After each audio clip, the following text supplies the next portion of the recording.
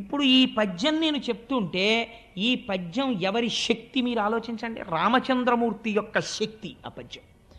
శ్రీకైవల్య పదంబు చేరుటకునై చింతించదన్ లోకరక్షైకారంభకు. లోకములను రక్షించడము ఆరంభించినవాడు. అసలు లోకరక్షణము ఆరంభం ఎక్కడ ప్రారంభం అవుతుంది? సృష్టించడంలో ప్రారంభం అవుతుంది. కాబట్టి సృష్టికర్తగా నేను నమస్కరిస్తున్నాను. లోకరక్షైకారంభకు భక్త పాలన కళా సంరంభకున్. ఎంత గొప్ప మాట అండి ఇది! భక్త పాలన కళా సంరంభకున్. లోకమునంతటినీ ఆయన రక్షిస్తుంటాడు. అదే పనిగా ఆయన పెట్టిన అన్నం తిని ఆయన జీర్ణం చేసి ఆయన శక్తినిస్తే ఆ శక్తితో ఈశ్వరుణ్ణి తిట్టేవాడు ఎందుకు కూడా ఈశ్వరుడు శక్తి రూపంలో ఉంటాడు. కానీ తనని నమ్ముకుని ఈశ్వరుడు ఉన్నాడు అని పూనికతో ఉన్న వాళ్ళని రక్షించడం కోసం వాళ్ళ వెంట పరిగెడుతుంటాడు. అలా పరిగెట్టేటటువంటి లక్షణం ఉన్నవాడు ఉన్నాడే, వాడు లోకరక్షైకారంభకు భక్తపాలన కళా సంరంభకున్ దానవోద్రేక స్తంభకు. దానవుల యొక్క ఉద్రేకమును స్తంభింపచేయువాడు. నా అంతటి వాణ్ణి నేను, నాకు చావెక్కడుందంటాడు. మీరు ఒక్క విషయం ఆలోచించండి. మనం పురాణంలో ఏం చెప్తామంటే రాక్షసులందరికీ కూడా ఎందుకు వచ్చేసింది అజ్ఞానం అంటే వాడికి నాకు చావు లేదని బయలుదేరతాడు. సాధారణంగా అజ్ఞానం ఎక్కడ బయలుదేరుతుందంటే నాకు చావు ఎక్కడుందండి, వాడంటే పక్కింటి వాడు వెర్రాడు చచ్చిపోయాడు, నేను ఎందుకు చచ్చిపోతానంటాడు. 80 ఏళ్ళు రానివ్వండి. నేను ఒక ఆశ్చర్యకరమైన పోకడ చూస్తుంటాను లోకంలో. ఎవరైనా పెద్దవాళ్ళ దగ్గరికి వెళ్ళి మీరు అయ్యో పాపం మీకు అప్పుడే 80 ఏళ్ళు వచ్చేయండి అన్నారనుకోండి, వాళ్ళు అంటారు ఏమిటి 80 ఏళ్ళు అంటే పెద్ద విశేషం ఏముందండి, భలేవరే ఫలానా ఆయన 100 సంవత్సరములు బతికాడండి, నేను దేనికి బాధపడుతున్నానో తెలుసా, 100 ఏళ్ళకి పిడరాయిలా ఉండేవాడండి, 3 పూట్ల తిని 80 ఏళ్ళకి తినలేకపోతున్నాను అప్పడాలు నేనని బాధపడతాడు వీడు. తప్ప 80 ఏళ్ళకి నేను ఈశ్వరార్చన చేయలేకపోతున్నానని బాధపడ్డవాడు.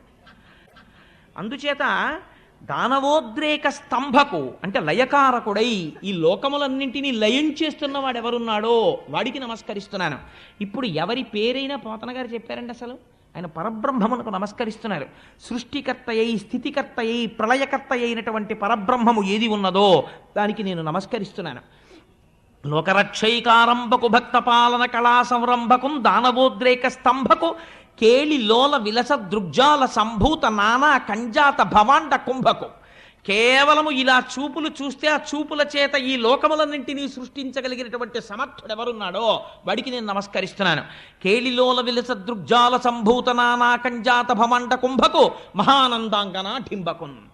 ఎంత అందమైన మాట చూడండి. మరి భాగవతంలో ప్రతిపాదించినది ఎవరి రూపాన్ని ప్రతిపాదించారు? పరబ్రహ్మంగా కృష్ణ భగవానుడిని. కాబట్టి ఇప్పుడు ఏమంటున్నారు? కృష్ణుడంట లేదు, మహానందాంగన.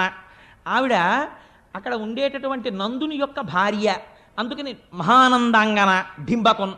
ఆ నందుడి యొక్క భార్య అయినటువంటి యశోదాకుమారుడైనటువంటి బిడ్డడు చిన్నివాడున్నాడే డింబకుడు, ఆ పిల్లవాడు, వాడి గురించి నేను చెప్తున్నాను. వాడు చిన్న పిల్లవాడిలా కనపడుతున్నారు కానీ వాడి పరబ్రహ్మం, అందుకని వాడి కథ నేను చెప్పుకుంటున్నాను. మహానందాంగన డింబకున్ కాదు, అందులో ఒక రహస్యం పెట్టేశారు. ఎందుకు పెట్టేశారో తెలుసా అండి? పోతన గారిలా బతకడం రావడం చాలా కష్టం. పోతన గారికి ఇలవేల్పు ఎవరో తెలుసా అండి? దుర్గమ్మ తల్లి. పోతన గారు తెల్లవారు లేచి బయటికి వస్తే విభూతి పుండులాగా రుద్రాక్షలు మెడలో వేసుకుని రుద్రాక్షలు కట్టుకుని ఉండేవారు. నోరు విప్పితే ఆయన దేవి గురించి అనేవారు, నారాయణ నారాయణ నారాయణ. మీరు శంకరాచార్య స్వామి వారు స్థాపించిన పీఠాధిపతులు చూడండి, శృంగగిరి పీఠాధిపతులు, కంచి పీఠాధిపతులు, వీళ్ళు అసుర సంధ్య వేళ అయ్యేటప్పటికీ చంద్రమౌళీశ్వర లింగాన్ని పెట్టి అభిషేకం చేస్తారు, శ్రీచక్రార్చన చేస్తారు. అనుగ్రహ భాషణం అంతా చేసేసిన తర్వాత నారాయణ నారాయణ నారాయణ అంటారు. ఇప్పుడు ఏమైపోయింది? అంతఃశాక్తాహ, లోపల శాక్తేయులు. ఎందుకంటే మా అమ్మ దుర్గమ్మ అంటారు. పైకి శైవంలో ఉన్నట్టుంటారు, విభూతి పిండికట్లు అవి అన్నీ పెట్టుకుని. శివశక్తులు వేరు కాదు కదా, అందుకని పైకి శైవ సాంప్రదాయంలో ఉంటారు. నోరు విప్పి మాట్లాడితే జనమధ్యేతు వైష్ణవ, నారాయణ నారాయణ నారాయణ అంటారు. ఇప్పుడు అసలు భేదం ఎక్కడ పట్టుకుంటారండి మీరు వాళ్ళ దగ్గర? పోతన గారి జీవితం అంటే ఎంత చిత్రమైన మాట వాడతారో చూడండి. ఆయన కేళిలోల విలస దృగ్జాల సంభూత నానా కంజాత భవాండ కుంభకు మహానందాంగన ఢింబకున్. ఎవరి మహానందాంగన? మీరు ఇంకో రకంగా ఆలోచించారనుకోండి, మనం పొందే ఆనందాన్ని లెక్కలు కట్టింది శాస్త్రం. మీరు స్వీట్ స్టాల్కి వెళ్ళి కాజా బాగుంటుందండి, దీనికన్నా మడత కాజా బాగుంటుందండి, దీనికన్నా నేతి కాజా బాగుంటుందండి, దీనికన్నా ఏదో బాదుషా బాగుంటుందండి, ఇలా ఏదో చెప్పుకుంటాం కదా. ఆఖరిగా ఉన్న 10 రూపాయలతో ఏదో ఒకటి కొనుక్కుని రావాలి ఇంటికి. అందుకని అలాగే ఆనందాన్ని శాస్త్రం నిర్వచనం చేసింది. మనుష్యానందము, సార్వభౌమానందము, దేవతానందము, ఇలా చెప్పి చెప్పి చెప్పి చెప్పి ఆనందము యొక్క గొప్ప స్థితి ఏది? మహానందము. ఈ మహానందము అన్న మాట ఎవరికి వాడారు శాస్త్రంలో? మీరు ఖడ్గమాలా స్తోత్రం చదివితే మహానందమయీ అని అమ్మవారికి పేరు. ఇప్పుడు ఆ మహానందమయీ ఎవరు? అమ్మవారు. అమ్మవారి డింబకుడు కృష్ణుడు అంటున్నారు. ఎలా కుదురుతుంది? అమ్మవారి కొడుకుగా కృష్ణుడిని ఎక్కడ చెప్పారు? మీరు లలితా సహస్రం చూడండి. కరాంగుళిన కోత్పన్న నారాయణ దశాకృతి. ఆ ఎదురుగుండా ఉన్నటువంటి భండాసురుడు 10 మంది రాక్షసుల్ని సృష్టించాడు. మళ్ళీ రావణాసురుణ్ణి, హిరణ్యాక్షుణ్ణి, హిరణ్యకశిపుణ్ణి సృష్టించాడు. వాళ్ళు 10 మంది మళ్ళీ యుద్ధానికి వస్తున్నారు. అమ్మ మళ్ళీ పుట్టాను రా అని అమ్మవారు చూసింది. ఓ నవ్వు నవ్వింది. నవ్వి ఆవిడ ఏదో అంగన్యాస కరన్యాసం చేసేదానిలాగా ఇలా అంది. అనేటప్పటికీ ఈ 5 గోళ్లలోంచి ఈ 5 గోళ్లలోంచి దశావతారాలు పుట్టి మళ్ళీ రాముడు వెళ్ళి రావణుని చంపేశాడు, కృష్ణుడు వెళ్ళి కంసుడిని చంపేశాడు, అలా చంపేశాడు. కాబట్టి ఇప్పుడు శ్రీ మహావిష్ణువు యొక్క అవతారాలన్నీ ఎందులోంచి వచ్చాయి? కరాంగుళి నఖోత్పన్న నారాయణ దశాకృతి, అమ్మవారి గోళ్లలోంచి వచ్చాయి. కాబట్టి ఇప్పుడు ఎవరైనా మహానందాంగనా డింబకున్, మహానందమయీ యొక్క కుమారుడు ఈయన.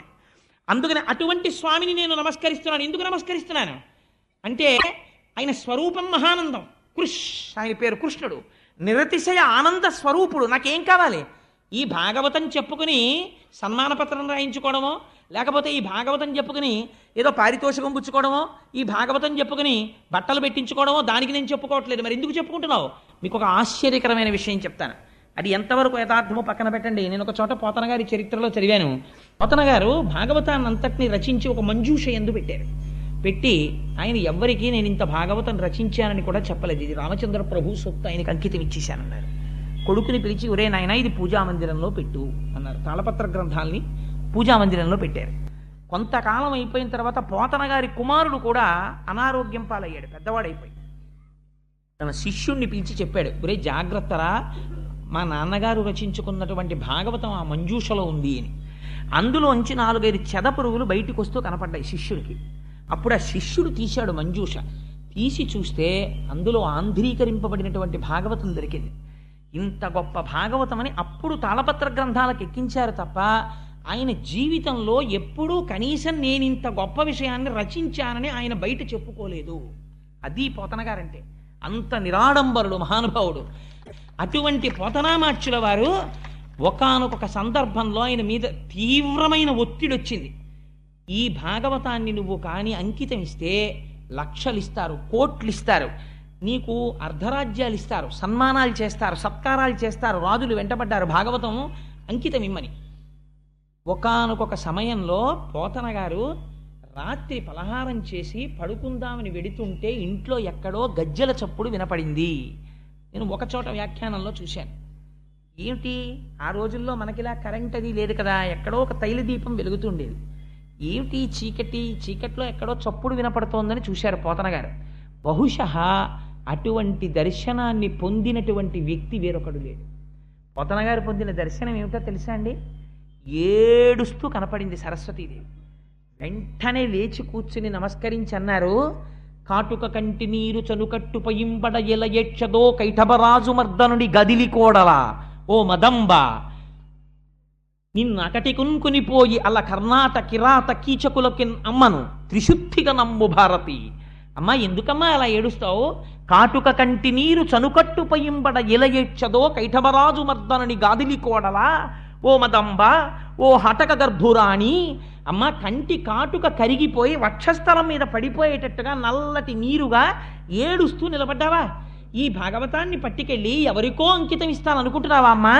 ఈ మనుజేశ్వరాధములకిచ్చి పురంబులు వాహనంబులను సొమ్ములు కొన్ని పుచ్చుకొని సొక్కి శరీరము బాసి కాలుచే సమ్మెటవాటులంబడక సమ్మతి శ్రీహరికిచ్చే చెప్పే ఈ బొమ్మెరపోతలాజొకడు భగవతంబు జగద్దితంబుగన్ అని ప్రకటించుకున్నారు.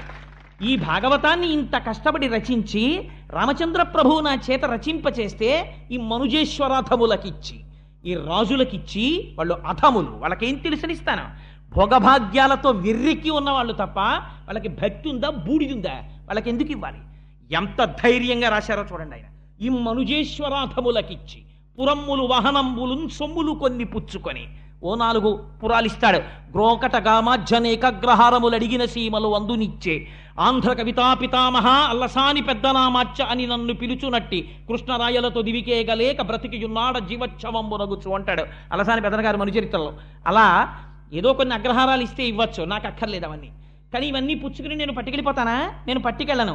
ఒకనాడు శరీరము సొక్కిపోతుంది, వృద్ధాప్యం వచ్చేస్తుంది, పడిపోతే ఆనాడు కాలుడు వస్తాడు యమధర్మరాజు. ఏవిరా, నీతో రామచంద్రమూర్తి భాగవతం చెప్పిస్తే, రామచంద్రమూర్తి భాగవతం రాయిస్తే అమ్ముకున్నావురా దాన్ని అరణానికి అని నన్ను ఈడ్చుకెళ్ళి నా కడుపులో ఉన్న ప్రేగులు పైకి తీసి కత్తితో నరికి నా కండ నాతో తినిపిస్తారు. నాకెందుకయ్యా ఇవన్నీ? ఈ మనుజేశ్వరాధములకిచ్చి పురమ్ములు వాహనమ్ములు సొమ్ములు కొన్ని పుచ్చుకొని సొక్కి శరీరము బాసి కాలుచే సమ్మెటవాటులంబడక సమ్మతి శ్రీహరికిచ్చే చెప్పే ఈ బమిరపోతరాజొకడు భాగవతంబు జగద్భీతంబుగన్. పోతే పోనే, ఏం రాదు నాకు? 4 రూపాయలు రావు, నాకు రావలసినటువంటి కంకణాలు రావు, నాకు రావలసినటువంటి అగ్రహారాలు రావు, నాకు అక్కర్లేదు.